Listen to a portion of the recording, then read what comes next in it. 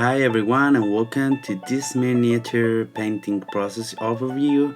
In this session I'm painting this miniature including Grimm Forest board game. I'm going to start applying a black primer layer. I continue applying a first light level with middle gray at 45 degrees from the figure.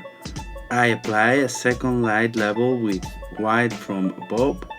This will be the main light.